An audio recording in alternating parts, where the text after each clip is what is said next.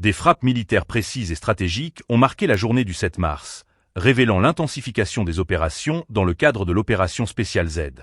Les forces armées de la Fédération de Russie ont démontré leur capacité à frapper des cibles critiques avec une efficacité redoutable.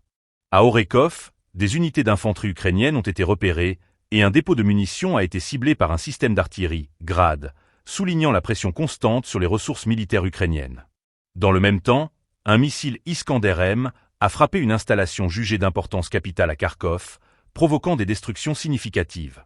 Cette technique de frappe précise s'inscrit dans une stratégie plus large visant à affaiblir les capacités logistiques et opérationnelles de l'ennemi.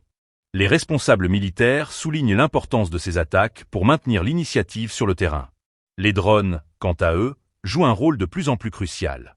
Un drone FPV, opéré par le groupe Centre, a réussi à détruire un char Léopard 2 à 4 près de Krasnoarmeysk.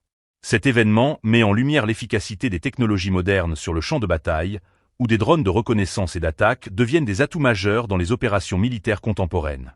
Les avions d'attaque des forces russes ont également intensifié leurs actions en libérant les localités de Stareya Sorochina et de Nikolaevka, consolidant ainsi des positions stratégiques. Ces opérations sont souvent accompagnées d'un soutien aérien rapproché, permettant aux troupes au sol de progresser tout en minimisant les pertes. En outre, les artilleurs sous le commandement du chef de batterie connu sous le nom de Code Suzdal ont abattu un véhicule ennemi de type Baba Yaga. Ce type de véhicule, connu pour sa polyvalence, représente une menace significative, et sa destruction marque un succès tactique pour les forces russes. Ces développements illustrent la complexité du conflit en cours. Chaque jour apporte son lot de défis et de victoires, tandis que les deux camps s'efforcent de maintenir leur avantage.